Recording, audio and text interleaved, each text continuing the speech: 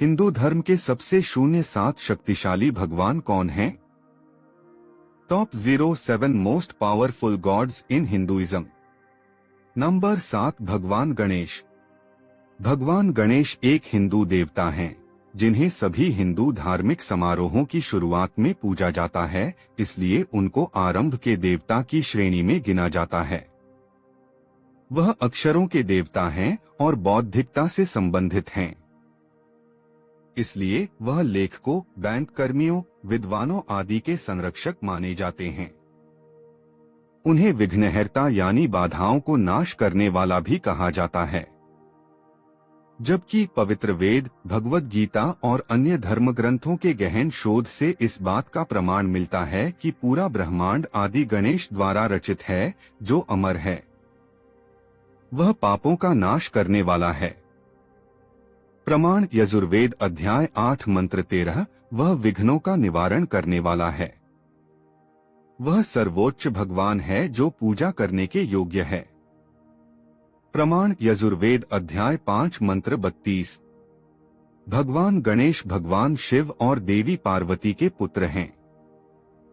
वह गणेश लोक में कैलाश पर्वत पर उनके साथ रहते हैं। गणेश का अर्थ क्या है? गणेश का अर्थ है गणों का प्रमुख, दिव्य प्राणियों की एक सेना या प्रजा के भगवान। भगवान गणेश जी के कितने नाम हैं? भगवान गणेश के 108 नाम हैं। आमतौर पर गणेश को गणपति, गजवक्त्र, जिनका मुख हाथी के समान है, हरिद्रा, सुनहरी त्वचा वाला, गजानन, द्विमुख, विघ्नहर्ता, विघ्नकर्ता, विनायक, महागणपति, हैरंबा, सिद्धय, वाक्पति, शिवप्रिय, सिद्धिविनायक, अग्रगण्य, अग्रपूज्य, सर्वैया, गंगा सुत्तया, श्री विघ्नेश्वरय जैसे नामों से अभिवादन किया जाता है। उन्हें लंबोदर और महोदर भी कहा जाता है, जो उनके उदर का विवरणात्मक है। उनका एक पूरा हाथी दांत है और दूसरा टूटा हुआ है, जिसकी वजह से उन्हें एक दंत भी कहा जाता है। भगवान गणेश की 2 पत्नियां हैं, रिद्धि और सिद्धि। ये प्रजापति विश्वरूप की 2 सुंदर पुत्रियां हैं। शुभ और लाभ भगवान गणेश के दोनों बेटों के नाम हैं। यही वजह है कि ये शब्द अक्सर उनकी मूर्ति के साथ लिखे होते हैं। नंबर 6, भगवान ब्रह्मा।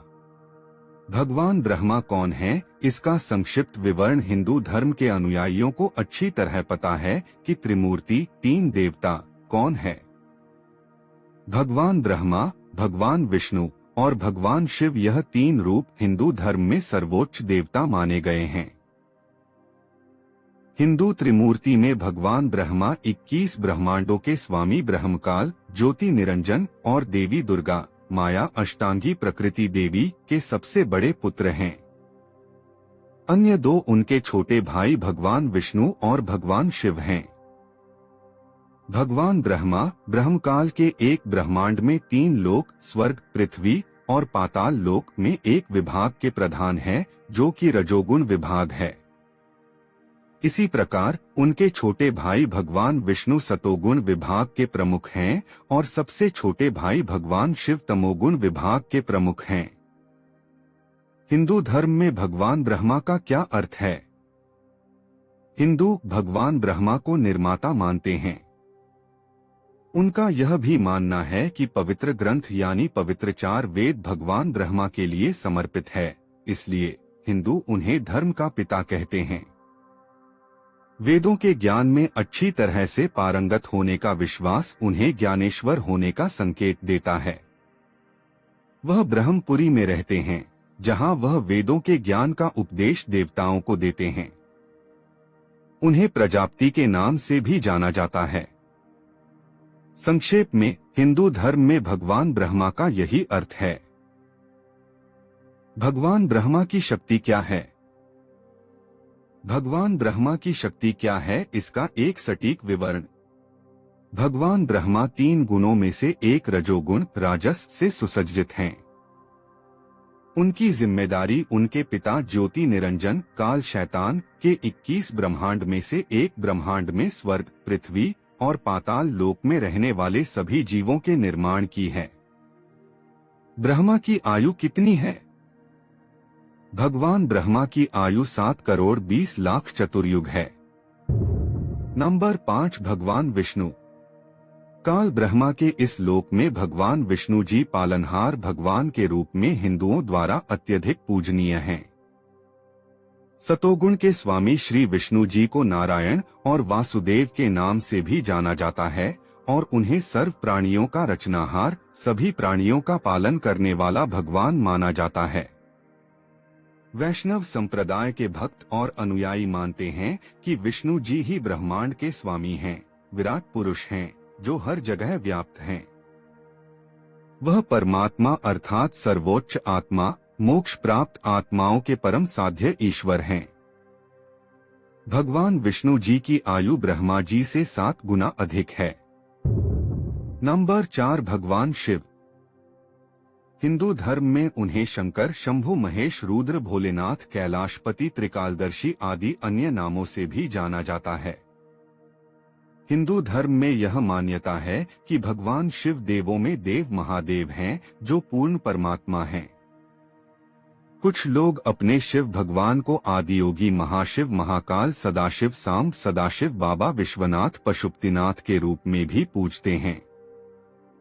जब धर्म ग्रंथों का गहन अध्ययन किया जाता है तो पता चलता है कि शिव शंकर और महाशिव सदाशिव 2 भिन्न सत्ताएं हैं। ये 2 अलग अलग देव हैं जिनकी भूमिका, परिचय, पूजा विधि, मंत्र और शक्तियां एक दूसरे से पूर्णतया भिन्न हैं। भगवान शिव की आयु भगवान विष्णु की 7 गुना है। नंबर 3 देवी दुर्गा। दुर्गा पुराण में दिव्य स्त्री देवी दुर्गा को सर्वोच्च शक्ति माना गया है। वह हिंदुओं में धार्मिक आराधना की एक आकृति है और इन्हें ब्रह्मांड का मूल निर्माता माना जाता है। देवी भागवत पुराण में 12 स्कंध खंड शामिल हैं और इसमें 318 अध्याय हैं। प्रत्येक अध्याय देवी दुर्गा को शक्ति, नारी शक्ति के प्रतीक के रूप में स्तुति करते हैं। हिंदू देवी दुर्गा की पूजा देवी के रूप में करते हैं, जो सभी की उत्पत्तिकर्ता मानी जाती है, क्योंकि आरंभ में परम शक्ति निर्गुण बिना आकार के थी, जिसने बाद में स्वयं को 3 शक्तियों सत्विक, राजसी और तामसी के रूप में प्रकट किया। देवी दुर्गा को मां के रूप में संबोधित किया जाता है। उन्हें जगत जननी, त्रिदेव जननी कहा जाता है। नंबर 2 ब्रह्माकाल। जिस पृथ्वी पर हम सभी रह रहे हैं उसका स्वामी ब्रह्मकाल भगवान है। उन्हें ज्योत स्वरूपी निरंजन भी कहा जाता है। वह शैतान है। वह इस पृथ्वी का वास्तव में 21 ब्रह्मांडों का स्वामी है और उसने प्रतिज्ञा की थी कि वह कभी भी अपने मूल रूप में किसी को भी प्रकट नहीं होगा, नहीं किसी जप तप, पाठ, धार्मिक तपस्या या किसी भी प्रकार की भक्ति से। ब्रह्मा काल शैतान वास्तविक राक्षस है, एक दुष्ट आत्मा जो ईश्वर का विरोधी है। यह दुष्ट प्राणी देखने में कुरूप एवं उग्र है। वह 21 ब्रह्मांडों, 21 बहुविविधताओं का स्वामी है, जो उसे सनातन स्थान सतलोक में की गई तपस्या के फलस्वरूप परम अक्षर पुरुष सर्वशक्तिमान कबीरदेव ब्रह्मांड के रचयिता से प्राप्त हुआ है। ब्रह्मा काल को ज्योति निरंजन या अक्षर पुरुष भगवद गीता में के नाम से भी जाना जाता है। वह देवी दुर्गा, जिन्हें प्रकृति देवी भी कहा जाता है, के पति और भगवान ब्रह्मा, भगवान विष्णु और भगवान शिव के पिता हैं। वह 21वें महाब्रह्मांड में निवास करता है। इस शैतान का उल्लेख हमें पवित्र चारों वेदों, पुराणों, सृष्टि रचना ग्रंथ कबीर सागर, पवित्र श्रीमद् भगवद गीता, पवित्र कुरान शरीफ, पवित्र बाइबल तथा सच्चिदानंद घन ब्रह्मा वाणी, पूज्य परमेश्वर कबीर जी की अमृतवाणी अर्थात सूक्ष्म वेद में मिलता है। अर्थात सभी पवित्र शास्त्र ब्रह्मा काल शैतान के विषय में प्रमाण देते हैं। नंबर 1 सबका मालिक एक कबीर परमेश्वर। अथर्ववेद कांड न 4 अनुवाक न 1 मंत्र 7 परमेश्वर कबीर देव सभी ब्रह्मांडों और आत्माओं के निर्माता हैं। योथर्वाण पित्तरण देव बंधु बृहस्पति नमसाव च गच्छात्। त्वं विश्वेशा जनिता यथा स कविर्देवो न दभायत स्वधावान। भावार्थ, इस मंत्र में यह भी स्पष्ट कर दिया है कि उस परमेश्वर का नाम कबीरदेव अर्थात कबीर परमेश्वर है, जिसने सर्व रचना की है। कबीर साहेब जी सर्वोच्च ईश्वर हैं। लगभग 600 वर्ष पहले वे पृथ्वी पर प्रकट हुए थे और काशी में जुलाहे की भूमिका की और कबीर दास नाम से प्रसिद्ध हुए। वे समस्त जीवात्माओं के पिता हैं। कबीर साहेब जी 1398 विक्रमी संवत 1455 में काशी के लहरतारा तालाब में कमल के फूल पर अवतरित हुए। एक निःसंतान दंपत्ति नीरू और नीमा ने उन्हें वहां से उठाया और अपनी संतान के रूप में पाला।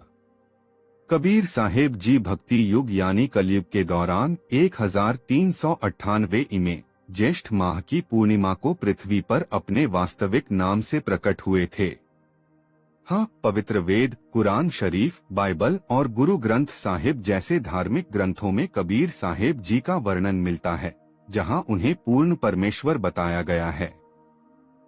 इन धार्मिक ग्रंथों में प्रमाण है कि कबीर साहेब जी ही पूर्ण परमेश्वर हैं और वे सतलोक में रहते हैं। कबीर साहब जी ने हमेशा सच्चे आध्यात्मिक ज्ञान का प्रचार किया, जिसका समर्थन हमारे सभी प्राचीन पवित्र धार्मिक ग्रंथों में मिलता है। चूंकि उनकी शिक्षाएं सत्य आध्यात्मिक ज्ञान पर आधारित थीं, परंतु लोग उनके धार्मिक ज्ञान के विरुद्ध मनमानी धार्मिक क्रियाएं कर रहे थे, इसलिए लोग उनके विरुद्ध हो गए और उनके ज्ञान से सहमत नहीं हुए थे। यह घोर अज्ञानता के कारण था, इसलिए वह एक विवादास्पद कवि और रहस्यमय संत बन गए। विभिन्न धर्म के लोग कबीर साहेब जी का बहुत सम्मान करते हैं और कबीर जी में उनकी बहुत श्रद्धा भी है। हिंदू, इस्लाम, ईसाई और सिख धर्म उन्हें एक सर्वोच्च ईश्वर के रूप में मानते हैं। उनकी शिक्षाएं सच्ची भक्ति, सच्चे गुरु का महत्व और मोक्ष के मार्ग पर आधारित हैं। उनके दोहे, शब्द, वाणियां और ज्ञान गहरे आध्यात्मिक ज्ञान को उजागर करते हैं, जिसमें ईश्वर के बारे में स्पष्टता और शास्त्र विरुद्ध साधना की निंदा की गई है। कबीर साहेब जी ने स्वामी रामानंद जी को अपना गुरु स्वीकार बनाया था, परंतु वास्तव में वे स्वयं स्वामी रामानंद जी के गुरु थे। उन्होंने स्वामी रामानंद जी को वेद और गीता का गहन ज्ञान प्रदान किया था। उनकी मुख्य शिक्षाएं वेद और गीता के आदेशों के अनुसार पूजा, शास्त्र विरुद्ध कर्मकांड का त्याग और सच्चे मोक्ष के मार्ग पर चलने पर आधारित थीं। कबीर साहेब जी की मृत्यु नहीं हुई थी, बल्कि वे तो इस पृथ्वी पर सहशरीर प्रकट हुए थे और सहशरीर यहाँ से चले गए थे। जब उनका अपने निज स्थान यानी कि सतलोक जाने का समय आया, तो वे काशी से मगहर चले गए। वहां पर उन्होंने दो चादरों के बीच में लेटकर एक आकाशवाणी की कि वे अपने पूरे शरीर के साथ सतलोक लौट रहे हैं। जब उनके शिष्यों ने चादर उठाई तो उन्हें उनके शरीर के स्थान पर केवल सुगंधित फूल मिले थे। हिंदू और मुस्लिम दोनों अनुयायियों ने फूलों को आपस में बांट लिया और उनकी याद में एक स्मारक बनाया। उनके सम्मान में बनाया गया स्मारक आज भी मगहर में मौजूद है। आप इस बारे में क्या सोचते हैं? कमेंट बॉक्स में जरूर बताएं। वीडियो देखने के लिए धन्यवाद। अगर आपको वीडियो पसंद आए तो लाइक और सब्सक्राइब जरूर करें। बेल आइकॉन दबाएं ताकि आपको हमारे हर नए वीडियो की सूचना मिलती रहे।